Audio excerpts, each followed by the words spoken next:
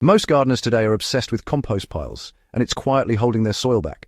They spend months managing heat, turning material, chasing ratios, and hauling finished compost around the garden, only to end up with beds that still dry out too fast, compact too easily, and stall mid-season. The old gardeners didn't do it this way, and the difference shows up in root depth, moisture retention, and long-term fertility. Before compost became the default answer to every soil problem, gardeners built a specific soil layer directly in the bed that worked with biology instead of trying to manufacture it on the side.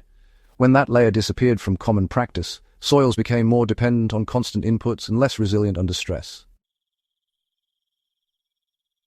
If you care about results more than tradition, this matters. And if you want soil that improves every year instead of resetting every spring, stay with me.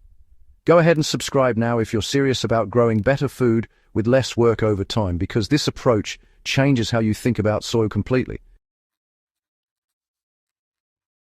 The mistake most gardeners make is confusing compost with soil structure.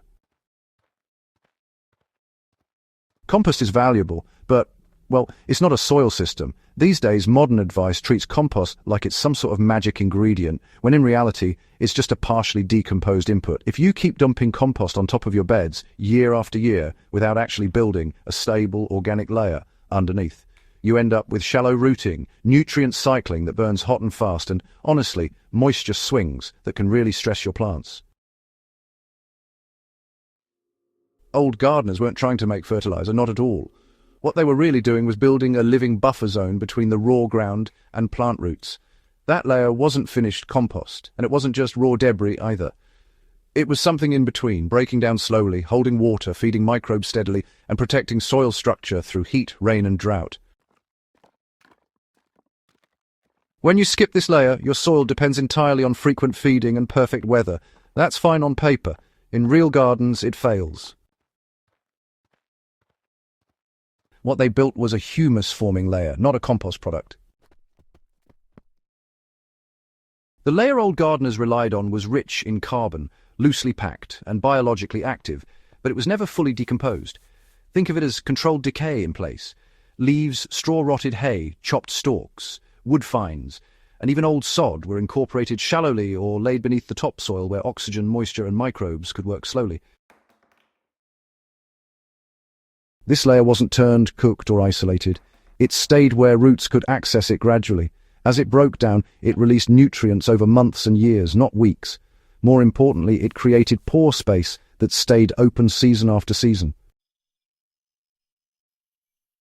In my own beds, the difference showed up within 1 year. Where compost alone had given me fast early growth and mid-season decline, adding this humus-forming layer stabilized growth all the way through harvest. Roots pushed deeper, watering intervals stretched longer, and soil stayed friable even after heavy rain. Why this layer outperformed compost in real gardens. Finished compost decomposes quickly once it hits warm soil. That's great for a quick nutrient boost, but it doesn't last. Old gardeners understood that stability matters more than speed. They wanted organic matter that resisted breakdown just enough to support soil structure. Carbon-rich materials with a higher lignin content, they break down slowly and feed fungi more than bacteria. That fungal dominance is actually what creates aggregation crumb structure and long-term moisture retention. Compost piles, on the other hand, tend to favor bacterial activity, especially when built hot and fast.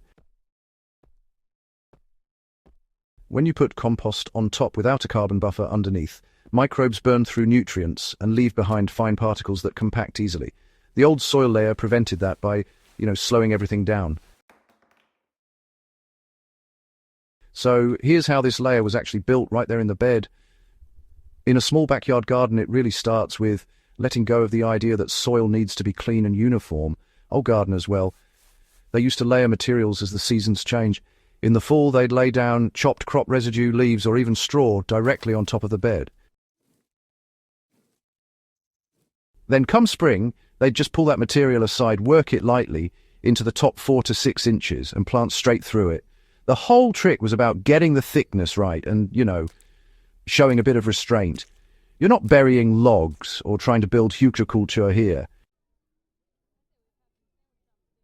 What you're really aiming for is a 2 to 3 inch zone of carbon-rich material just mixed loosely with the soil. If the material happened to be dry, it got moistened.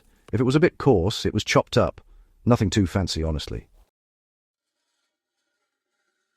In raised beds, this layer sits under the top dressing. I've used roughly 1 part shredded leaves or straw to 2 parts existing soil by volume, mixed shallowly. Plants rooted through it easily and, within a season it was alive with worms and fungal threads. So, why did worms thrive in this system? Well, earthworms don't want finished compost as much as people think. What they really want is a gradient of decay. This humus-forming layer gave them shelter, food, and, importantly, stable moisture. Instead of diving deep to escape heat or surfacing to find food, worms stayed active throughout the root zone. In beds where I relied only on compost, worm populations spiked briefly, and then dropped. In beds with this older soil layer approach, populations stayed steady year after year, and that consistency matters more than peak numbers. So let's talk about how this approach translates to modern raised beds. Raised beds dry out faster and warm up quicker, which honestly makes compost burn off even faster. That's where this layer really shines. By embedding slow decay carbon below the surface, you create a sponge that moderates temperature and moisture. I've built raised beds where the bottom third was native soil, the middle third was this humus-forming layer, and the top third was finished soil and compost. And 5 years later, those beds still outperform newer ones built with straight compost blends. Water use drops noticeably. Fertilizer needs drop even more. That's not theory. That's measured by harvest weight and irrigation logs. Even hydroponic growers can learn from this. At first glance, this sounds irrelevant to hydroponics. It isn't. The lesson here is about buffering and biological pacing. In hydro systems, growers chase stability through reservoirs and nutrient schedules. Soil growers used biology to do the same thing. When I transitioned soil-grown plants into media-based hydro systems, those that came from beds built this way adapted faster. Their root systems were more resilient, and nutrient swings affected them less. The principle is the same: slow inputs, stable structure, living buffers. So why did compost piles really take over, and, well, what did we lose along the way? Compost piles made a lot of sense, especially as societies became more urban. They were tidy, contained, and, measurable. But, honestly, they shifted our focus away from actually building soil and turned it more towards just producing inputs. Over time, gardeners sort of forgot that soil isn't simply something you feed, it's something that's actually formed. Old gardeners, they didn't romanticize any of this. They did it because it just worked, and it worked with fewer resources and less labor. They weren't obsessed with chasing perfect ratios. They were really just observing the outcomes. When that mindset disappeared, soils became thinner, more dependent, and, well, less forgiving. So, how do you start rebuilding this layer without ripping up your garden? You don't need to start over. Instead, just add carbon-rich material beneath your compost rather than replacing it. In the next season, simply pull the mulch aside, work chopped leaves or straw lightly into the top few inches, and then replace the mulch. Honestly, let time do the rest.